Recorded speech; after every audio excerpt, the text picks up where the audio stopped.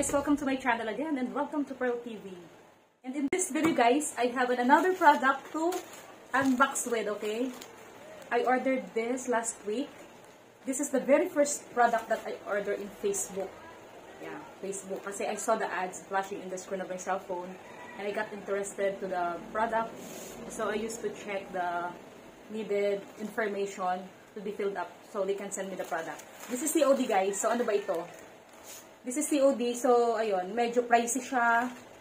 Okay, I paid 1,350 pesos for this product. I don't know if the product is worth the price, guys.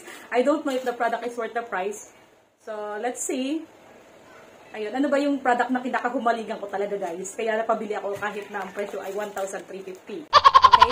Hindi ito pang pa-beauty. Okay? This is not about fashion, okay? But this product is about what? This is investment in what?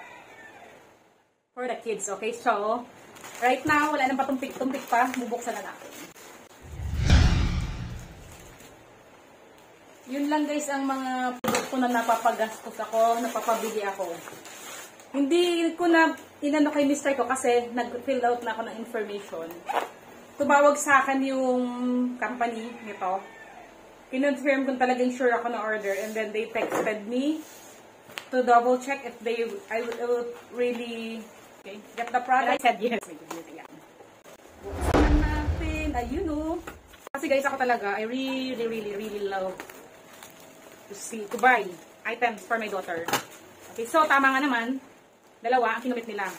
Tada! Wow! Okay, ma'am, what should I do now? Okay, may sinasabi sila na may free ebook daw to guys. Hindi ko pa alam kung paano ma-avail yung free ebook kung na sinasabi nila. Wala naman silang nakalagay. Tingnan ko guys. Sabi nila may free ebook. Ano yung magiging basis ko pag-avail ng ebook? Kapag sinabing ebook, there is a password or like that, diba? So, asa ng ebook na yung sinasabi nila. Nabudol ba ako, guys? Guys, nabudol ba ako? I paid 1,350 for these two books, okay? So, I gotta show you. Guys, hindi ko alam kung asan yung sinasabi nilang ebook, okay? Ito talaga yung binili ko. This really got me interested, oh. Ma'am, what should I do? Ayan. This is accordingly 80 pages, okay? Parang ano yung mga pagka-print, oh, basta-basta lang, oh. Parang basta-basta lang yung pagka-print. Oh, look, guys. Diba? For the 1,350, guys, do you think it's, ano, worth it? Is it worth the price? Yan. Ayan, parang naituro ko naman to lahat na sa anak ko. Pero okay lang din, kasi magagamit natin to sa, ano, scan lang natin, guys. Ayan. Magagamit din natin to sa Smart Kids. Diba? Hindi ko alam kung worth the price to. Yan.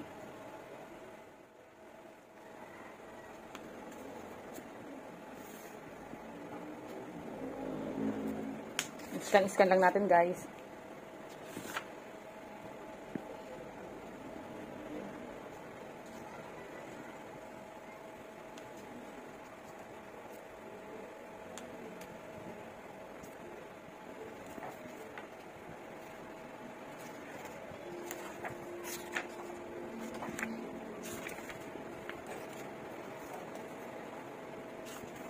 Oh, wala naman dito.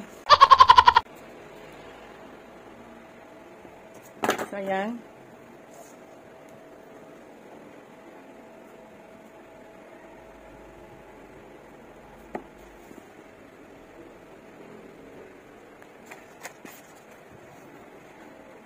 Ayan yung mga ano niya, guys.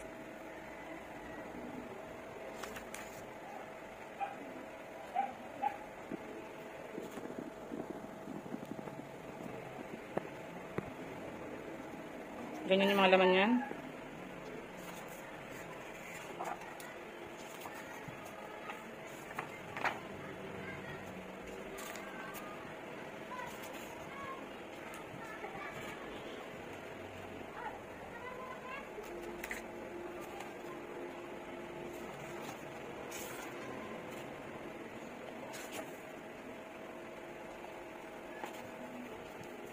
So, ganun guys.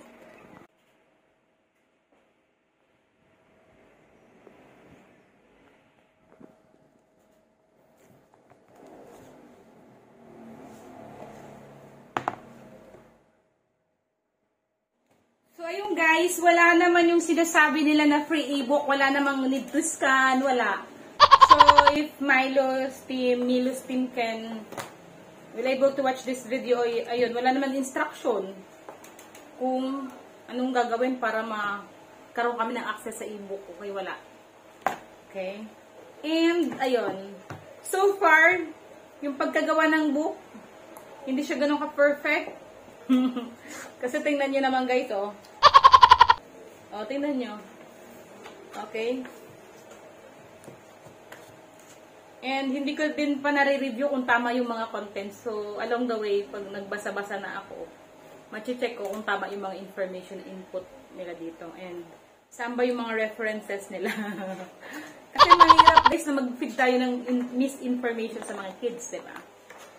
So, I hope kaya mag-aaral nito ako at ang aking anak para ma-check ko kung mga sinasabi dito ay tama o mali. Kasi napag-aralan na natin to guys eh. Physics, mechanics, chemistry, pinagdaanan na natin yan eh. So we can verify if all the information that is being put in this book is correct. Kasi wala namang mga references guys eh. Kasi dapat pag gumawa ka ng book, may mga reference ka, di ba?